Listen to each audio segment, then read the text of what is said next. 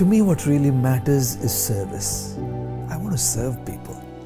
I want to help people. Why is it that this lesson to serve is very hard to find in this world? We don't want the world to serve. We want the world to consume. We want the world to achieve, because if they don't achieve, they don't consume. If they don't consume, we run out of business. When we are at the receiving end of service, somebody selflessly serves us, we know what that feels like. It strikes a chord deep there within our souls. It's not the mind, it's not the ego, it's not the intellect. So we know what it feels like, and we know what it feels like when we serve others. So it's just a matter of putting these two together. People have that experience and now creating that narrative, and that's how a revolution can happen. Talk to me about guilt. Talk to me about your father. Oh, that's a story. That's a story, man. My mom is looking at this saying, come on, son, you can't be doing this to him. Dad's really in a bad shape. It'd be good if you could come see him. And that year he said to me, son, would you mind bringing the recordings of your lectures in London for me? That was like a joyful moment for me. And in just about 2 or 3 weeks, my mom calls me and says, Dad's gone. He's gone. And that's what happens with a lot of our lives. We lose those opportunities to reconcile. Saying a sorry really doesn't mean you're wrong. It just means that you value the person and the relationship more than being right. We have a generation of youngsters who are very authentic. We have a generation who really believes in purpose. #purpose is probably the highest used hashtag. They may or may not understand what it means fully yet. They may or may not know it very well. They may not know the nuances of it. But they have the willingness to live by purpose.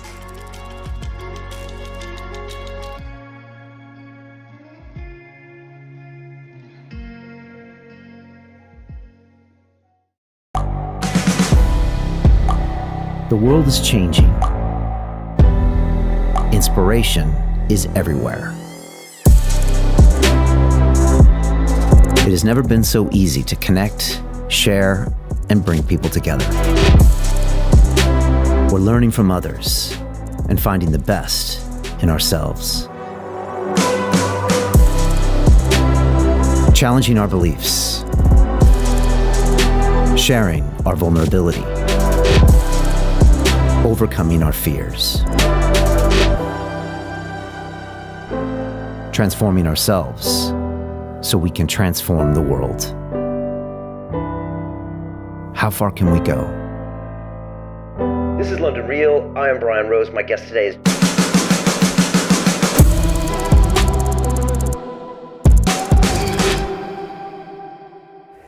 This is London Real. I am Brian Rose. My guest today is Gaur Gopal Das, the Indian monk, lifestyle coach, motivational speaker, and author. You spent the early part of your career working as an electrical engineer for Hewlett-Packard before leaving the company to pursue life as a monk at an ashram in Mumbai. There, you've studied ancient wisdom and philosophy for the past 26 years while traveling the world speaking to universities, charities, governments, and the United Nations. You have nearly 5 million followers on YouTube and over 1 billion views across social media, where you post regular content, helping others to achieve fulfillment in their lives. In 2018, you published Life's Amazing Secrets, which focuses on how to find balance and purpose. And your second book, The Way of the Monk, outlines the 4 steps to peace and lasting happiness. Your latest, Energize Your Mind, A Monk's Guide to Mindful Living, looks at how all of us can master our thoughts, feelings, and emotions in order to achieve our goals and improve our mental health once and for all. Gaur, welcome to London Real. Thank you very much, Brian, for having me over on London Real. I've seen so many of these episodes and I really enjoy watching this show. Oh, wow. That means so much. I really appreciate it. And thank you very much. No, it's my pleasure. I can't wait to jump into it. I love watching your videos on YouTube. Thank you. So many great lessons and parables, and you got this great energetic style. And then we have a bunch of links because we had Radhadat Swami here. That's right. I think was your original mentor in Mumbai. And yes. He had mentored Jay Shetty, who was on the show, and there's all these amazing Absolutely. The world's a small place. Yeah. And all these connections happen. And like I said earlier, I come here and I feel like I know you for so long. And these are the connections we have. Like we often say, don't we? We are not human beings on a spiritual journey, but we are spiritual beings on a human journey. So since we are all spiritual, if we were just humans, this energy wouldn't connect, but we are spiritual beings on a human journey, and suddenly this connect happens and all of these connections come forth, and here we are, sitting and feeling so deeply connected. Yeah, there's more happening here than just a couple of random guys bumping into each other, right? There's like energy connections between even the people I just mentioned, right? Pulling us in these different spheres. Right. And there's more going on than meets the eye, Yes, I would say. yes. Now, you studied electrical engineering. I studied mechanical engineering at MIT. And I don't know about where you went to school, but where I went to school, we didn't talk about spiritualness or energy. Or matter of fact, I was taught by science that doesn't exist. But now as I've gotten older and I've talked to incredible people like you, I'm starting to realize that, yeah, there's more going on here than meets the eye. Right. How did you start to realize that? Did you always know that? Or were you a hardcore engineer? And did you have to retrain your mind to be aware of, like you said, these energy fields or more going on? Right. I think being born in India, it came very easy from a family tradition and a family culture, like to be able to pursue or explore some kind of spirituality. It was a part of the Indian culture and Indian families. So as I was being brought up at home by my family, my parents, they weren't like spiritual, but they had that element in them. And because that element was there, it wasn't an alien thing for me. Right.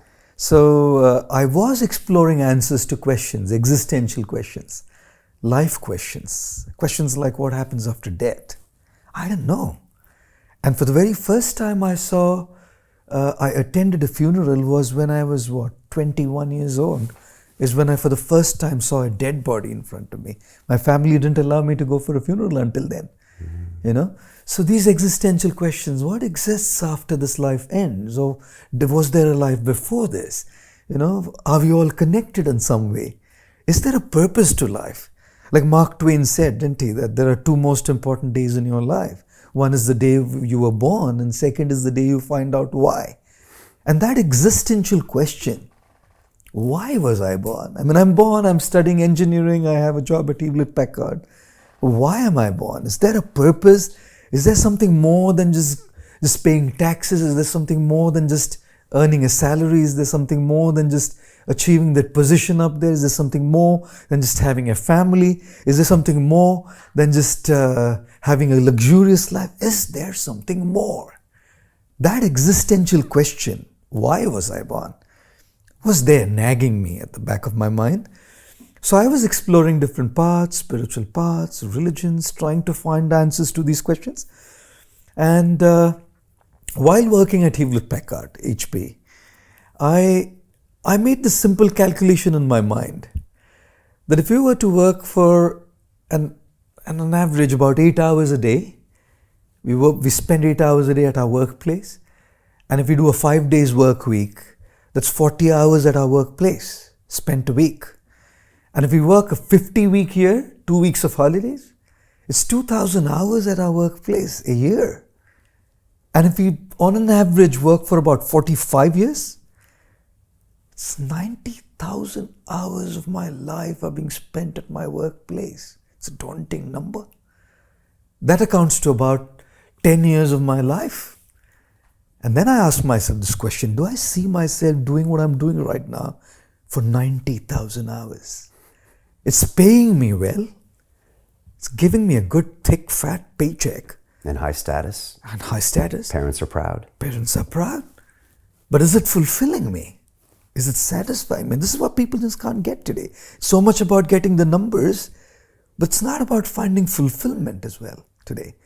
So that was that question that I had. And this is what then, these two things combine, my spiritual calling and this moment of epiphany that, I don't think I can see myself doing this.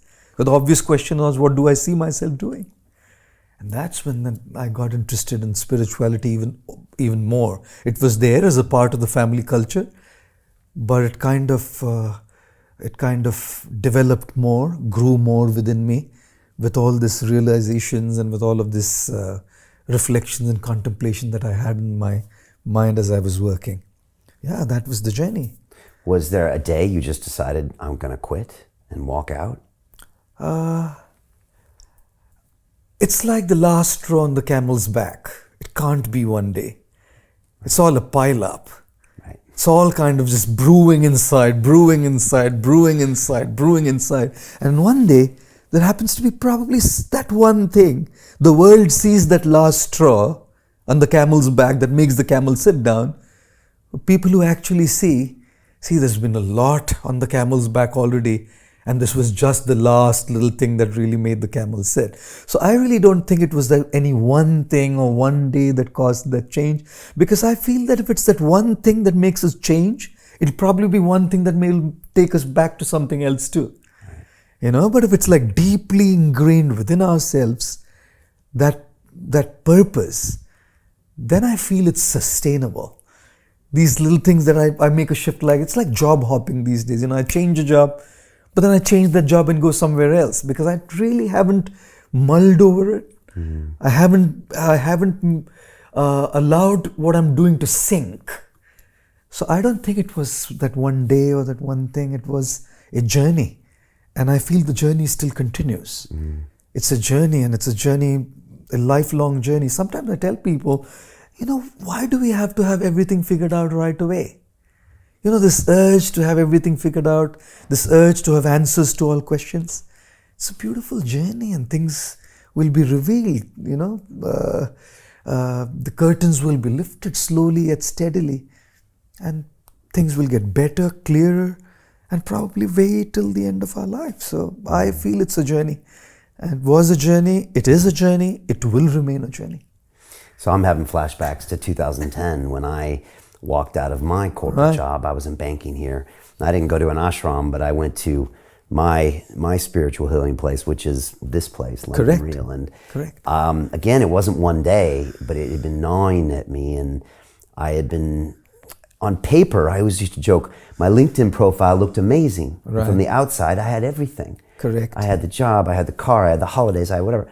But then if you look deeper in my life, you could see in my big house, I was alone on the weekends, drinking myself to death. That's not good, Of course. And I was pursuing all these things that I had told myself would make me happy. The money would make me happy. And then I'm telling you, Gaur, one time I'm an engineer and I was looking, because in the city we got paid quarterly bonuses. And I was looking at my last 3 quarterly bonuses and they were going up. And I was like, but I'm not happier in any one of those quarters. Oh, yeah. So it was finally that I could see there was no correlation. And I took a transcendental meditation class on a whim. And about 2 weeks later, I woke up one morning and I said, what am I doing? First time ever I could actually observe Brian. Right. And I was like, that guy's massively unhappy. This is ridiculously stupid. Right. And then I walked out. And then that's when the journey began. Wow. And it continues, like you said, Similar stories. Yeah. In some kind of ways. In some ways. In some ways. And again, so I'm 11 years past that. You're more like 26 years. Those first 10 years in the ashram must have been challenging, I'm guessing, for you. Yeah. Maybe sometimes you were wondering, am I doing the right thing? Am I doing it right? Yeah. I'm guessing that because that's such a very new environment for you. Yeah. I think it was a mix of things. For me to come to the ashram and to take a path like this was, I would say, my love affair. Like when you're madly in love with somebody, you really don't look at the inconveniences. It's like madly in love. You don't look at socioeconomic statuses, you don't look at upbringings, you don't look at cultural incompatibility, you don't look at ethnical differences, you don't look at anything. It's just love. And when you're so absolutely, madly, insanely in love, everything else just becomes inconsequential. You just kind of take it in your stride and move on, So sometimes I joke and I say, love is blind, but marriage happens to be the eye-opener. Oh, gosh. because when you start spending time with somebody, then you start seeing every little nuance of their personality, which you didn't see when you were just madly in love, because you're just there with each other all the time. And I was kind of thinking, if this is my love affair in this path, this ashram life for me, it's kind of now I'm getting married. It was only love when I wanted to do it. And now it's marriage. I'm going to have to stay with this for the rest of my life. And yes, it can be an eye-opener. So that, which is why I was saying, it was a mix of things. One was it didn't seem too hard because so much love for this. And then we start living there. I was the only son. I have a younger sister, so pampered son, lovely family, beautiful childhood. I never ate anything in my childhood up until the day I came to the ashram if it wasn't made according to my dictates and demands. If my mom cooked something that I didn't want to eat, I didn't eat it. And here I come to the ashram and I have to eat food that's cooked there, the community kitchen food. I don't have a choice. There's no choices. What you're served is what you have to eat. Waking up early in the morning was a cakewalk because I anyways was an early riser before. That wasn't too hard. And then sharing space with, we were about 20 then when I joined the ashram, sharing physical space with 20 people, and we had very little space. You're like lying down on the floor right next to each other, right? We just had our little straw mats and little bed sheets, and we were using our hands as our pillows and just covering ourselves with these little bed sheets and just lying down there, sharing physical space. Even that wasn't all that hard. Waking up early wasn't hard. Food wasn't hard. Sharing physical space wasn't hard, because I think it's just that passion to do this, that love for the thing that I had chosen. You also have to share mental space. I never shared that space with anybody. We had a family of 6, my grandpa, grandma, mom, dad, me and my sister. And here I am with 20, 25 people, suddenly sharing mental space. Everybody's looking at what you're doing, everything's being observed. And everybody comes from a very educated background. There were people who'd come from universities that were way better than mine. People who'd come from corporations, they'd worked with corporations way better than mine. Yeah. And you suddenly start sharing that space with people like that who've been achievers in their field. I think those days were beautiful, because in your formative years, when you're put into that situation, you're forced to grow. You're forced to come out of that shell. You're forced to adjust. You're forced to make some compromises. You're forced to value people. You're forced to value relationships. You're forced to value the path that you've chosen. And I think, yes, there were a few of these inconveniences, but I feel inconveniences are distractions when our eyes are off our goal. When our eyes are so focused on what we want to do, not that we don't see them, but we are okay with them. Mm-hmm. And I think that's how time really flew by. It was a mix of things. And then Radhanath Swami, of course, my spiritual teacher, my mentor, my guru. Oh, he's such an amazing man. What makes him amazing?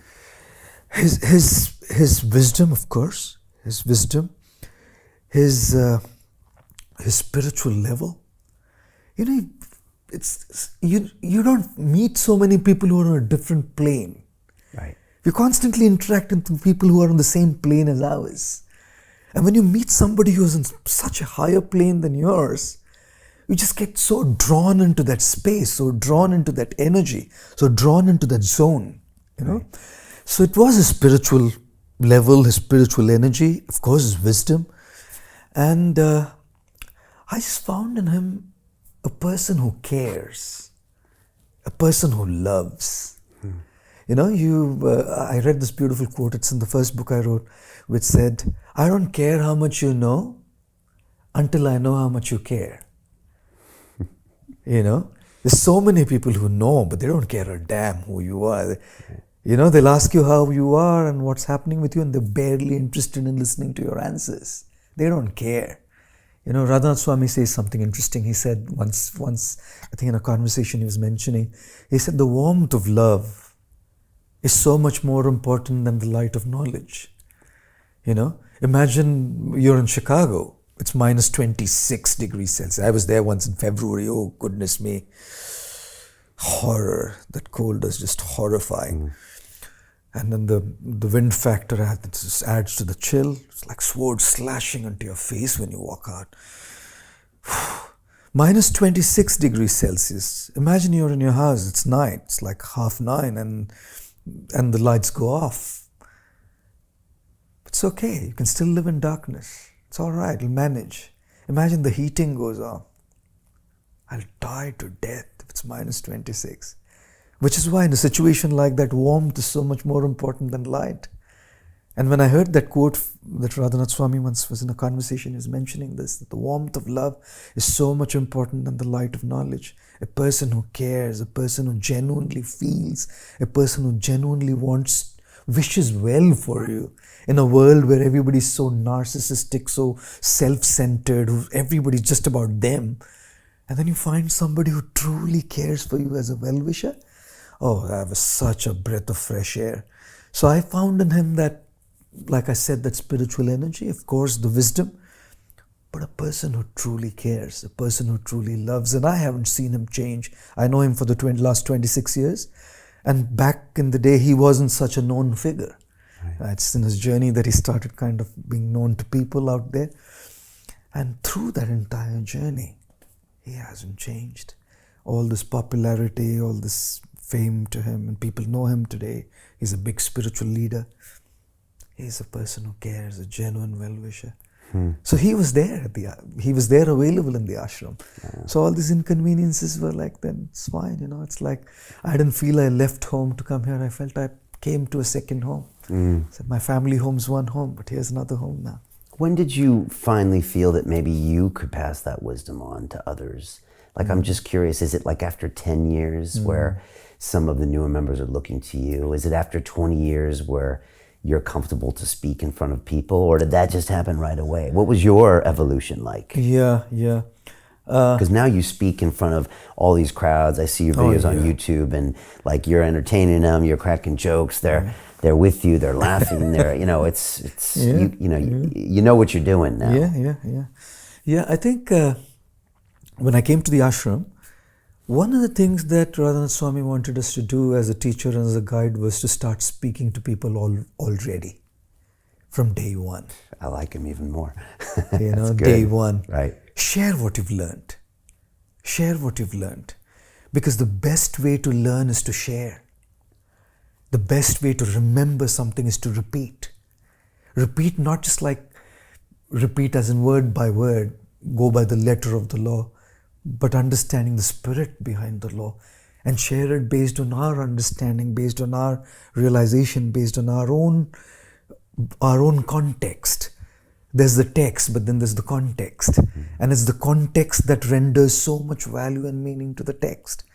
So I remember even, I think within the first 3 days of my coming to the ashram, they wanted me to go and speak to people. And I was like, gosh, how do you do that?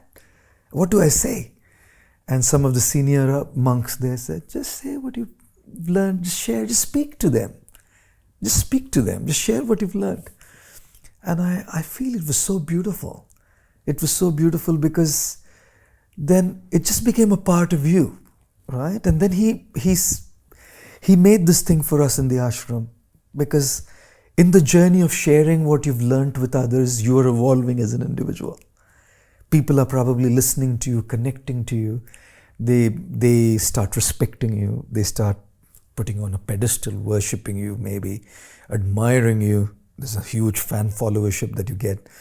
It's just but natural when you start sharing something that's so heartfelt that you've received. It's not that you're going and giving a lecture, or you're doing a workshop, or you're doing a seminar. You're just sharing your heart. And then people connect because you're sharing your heart. It's a very different space. It's not the head space, it's the heart space. So when you do that, these are just consequences of what you do. Position and fame and numbers and followership and fans, all of this just comes as a consequence. And I think those formative years with Radhanath Swami, I cannot thank him enough for what he's given me.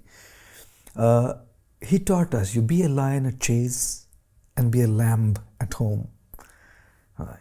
When you go out there, be confident, share, speak, learn what you need to do to connect to people. When you come back, just be in that home space, in that space of humility, in that space of being a no one, nobody. Because when in that space, when I live like a nobody and then I go out.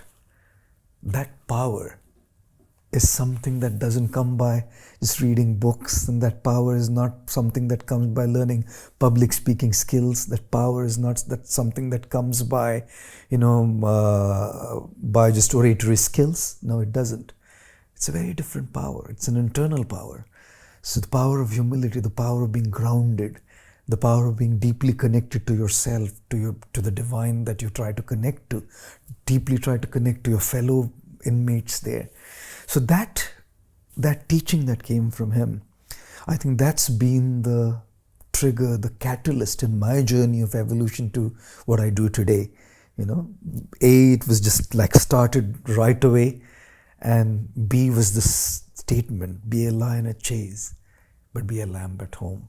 And I try my bit, not that I'm humble, not that I'm grounded, but I try my tiny bit to go back home in the ashram and just be another person. One of the things that I enjoy doing and love is listening to other monks, which just sit and listen, learn, just be there like a nobody. And it's such a beautiful space. Is it strange to be a celebrity monk? And when you started, there were no celebrity monks. Yeah. Even that concept was probably completely That's foreign that true. it could ever happen. I mean, there have been some in the past, but it's usually very, very few. Right. But now, well, you are, and it's a thing. I mean, there's celebrity everythings now. But is that strange? Is it a natural progression? Was it weird to watch it happen? It felt very strange. It felt very strange. Initially, when the whole journey started, like I said, when you're trained to go speak out there and then come back and remain in a space of, like being just an ordinary person.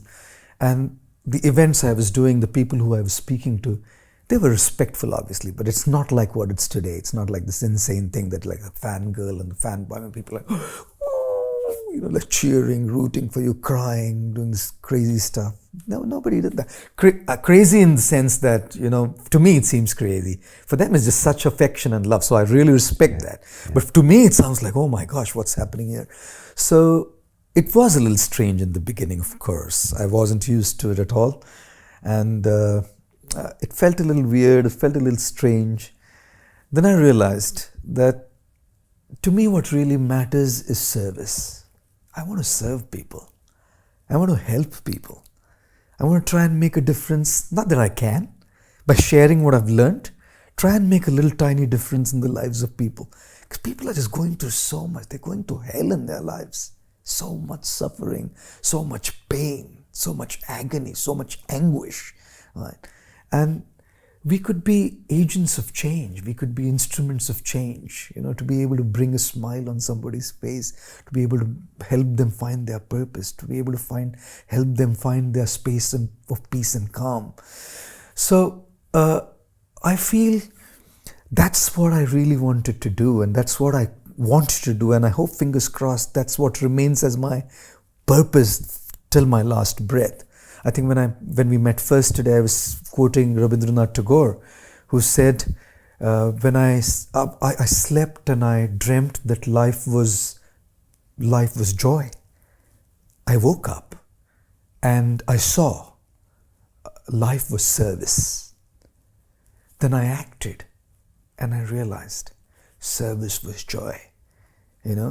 So when it comes to serving people, we're going to have to do what is required to be able to serve them. Initially, that service could be done when there were few people. The principle was still service. The mission was still to serve. The purpose was still to serve. But all this hoo-ha wasn't there around it.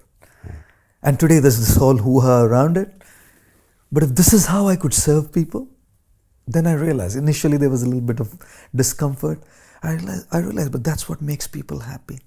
If one selfie taken with them makes them happy and opens their heart to this message, I'm happy to take those selfies. If coming up on stage and they're rooting for me and cheering for me and whistling for me, which was not what they would do for a monk, if that's what makes them happy, if that's what makes them open their hearts up to what I have to say, I'm okay with that.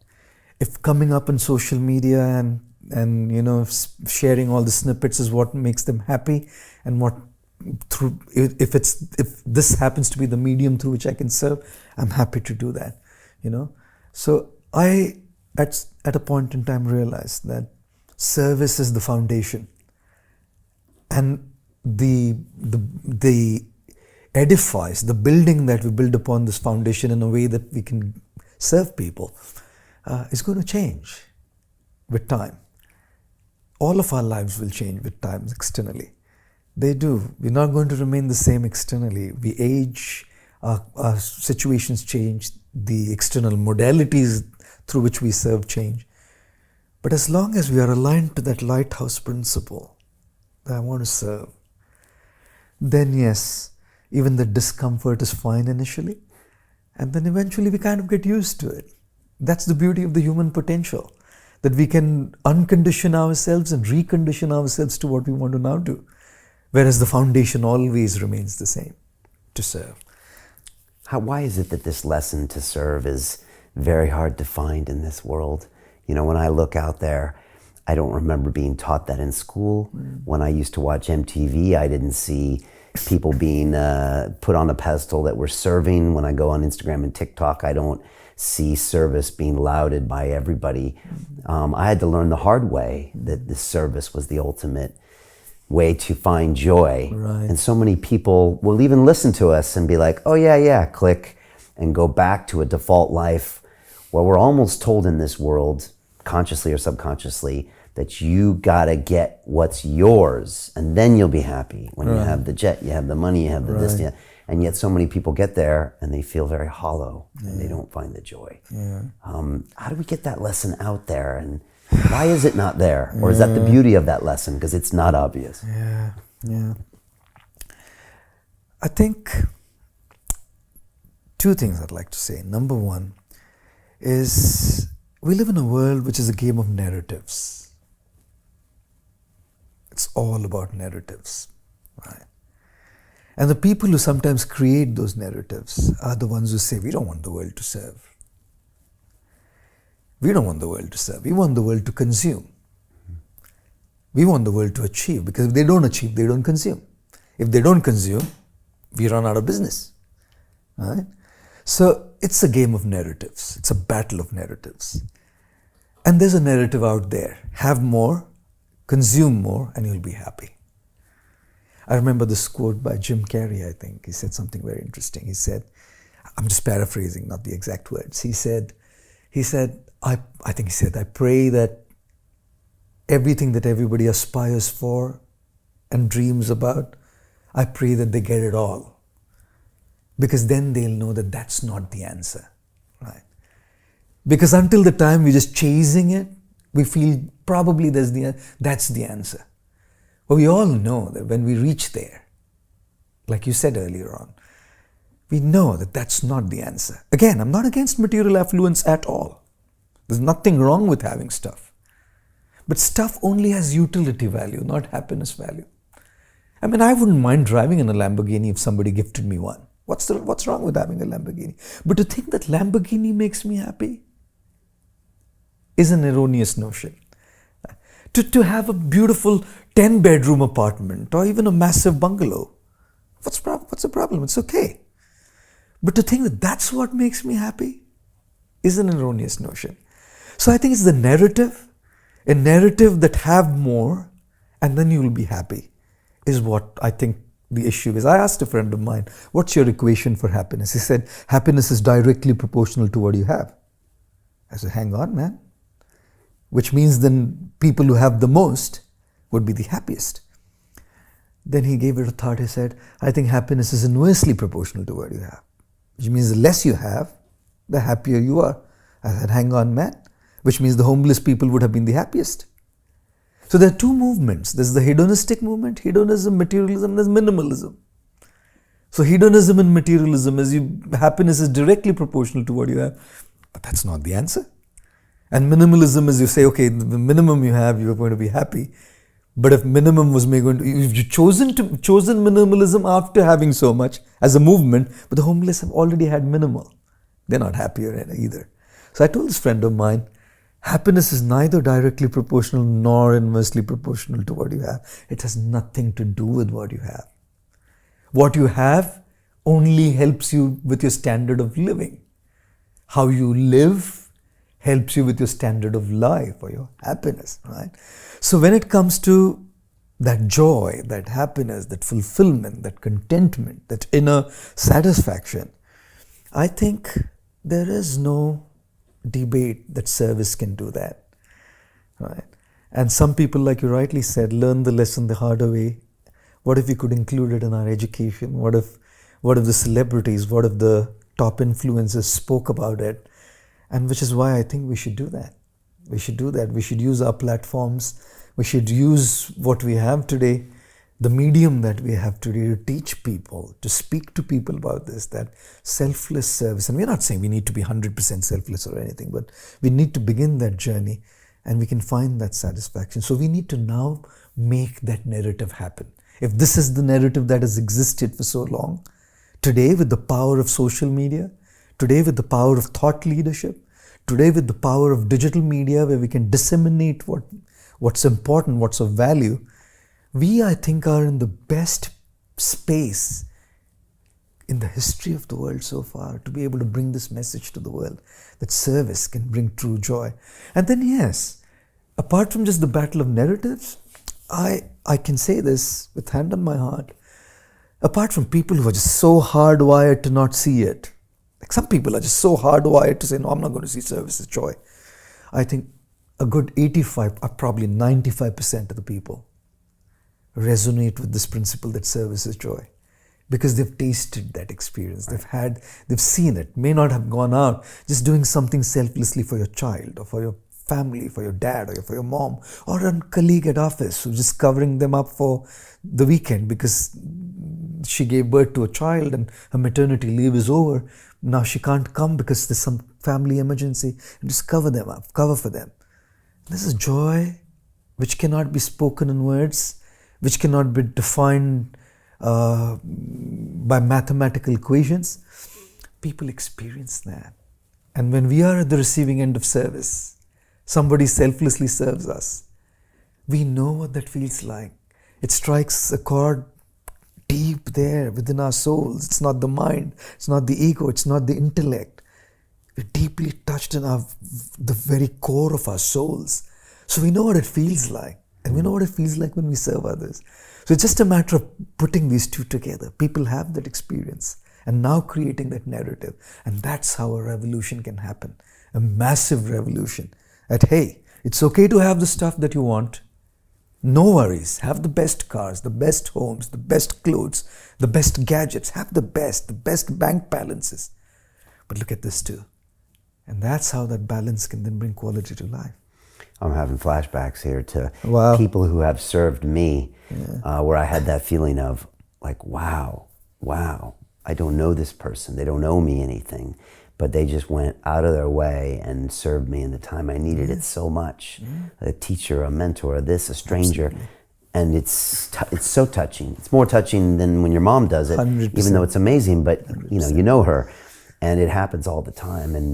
And yet we seem to forget the power of that. Also, when we served, we get into this amazing moment where it's this moment of grace, perhaps. Absolutely.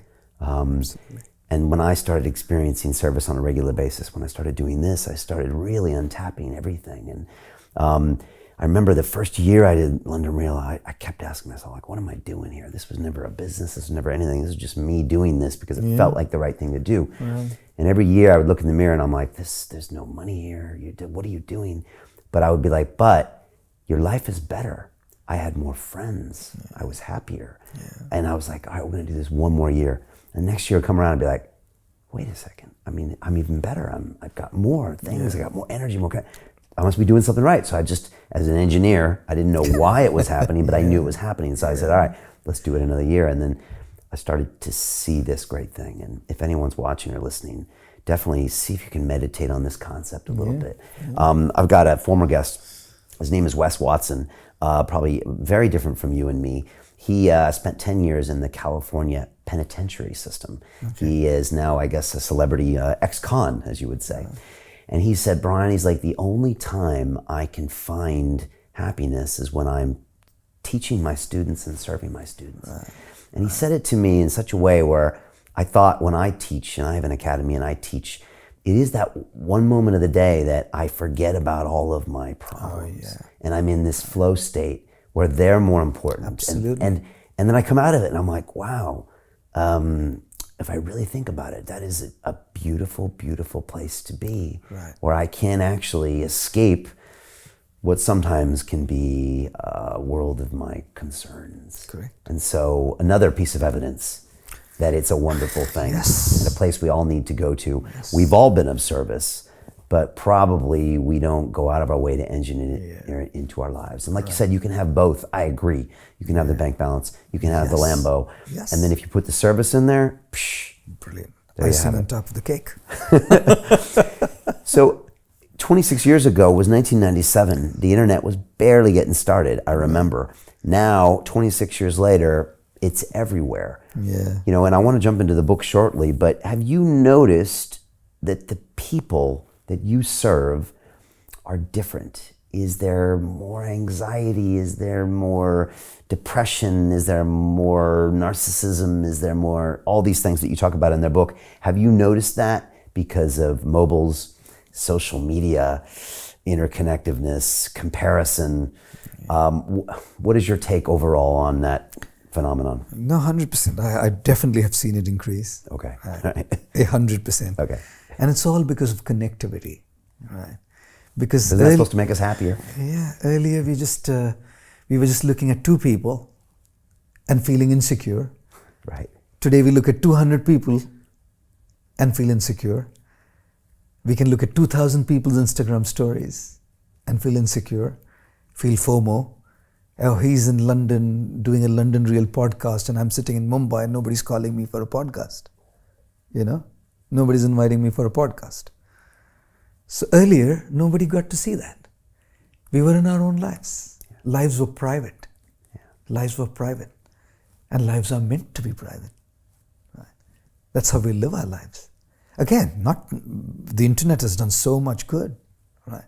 Which is why I feel the internet, social media, is like a tool. We have to know how to use it well. Nothing's good or bad. If we don't know how to use it right, it's going to be a bane rather than a boon to us as individuals. So I feel we led very private lives earlier, and now life is very public. Everything's everywhere. We post everything. It's less about eating, but taking a picture and posting that this is what I'm eating. Right? It's not so much relishing the food. It's not being there, but it's being there on the social media platforms, not being there in the moment. So lives have changed, right? What I've also seen over the years is people. I've always seen people to have that potential sincerity in them. That has never changed. That will never change. People are good. Right? People are good. We always look at the bad side of people, and the bad side of people is so much blown out of proportion that we create a world which is only filled with bad people. Right? People have the inherent potential to be good. They're good people. They have sincerity. They have genuineness. So what if social media is taken over? So what? There's Instagram stories all over the place. So what? Now I see 2,000 people and feel insecure. But I still have that sincerity. And to be able to fan that spark of sincerity and say, hey, look, this is there and it's okay to have it. But how do you navigate through it without being affected by it is what we need to learn. Because the sincerity is there, the goodness is there, right? So I feel that change has happened, but what hasn't changed is the goodness in people. What hasn't changed is the sincerity in people. In fact, over the years, people have kind of come to a conclusion that materialism isn't the answer. Right? Although they're running after it, they're chasing it, but there's something that's kind of resonating in there, saying, I don't think this is the answer. Why suddenly there are people who are listening to a monk like me, if there was no sincerity? To continue watching the rest of the episode for free, visit our website londonreal.tv or click the link in the description below.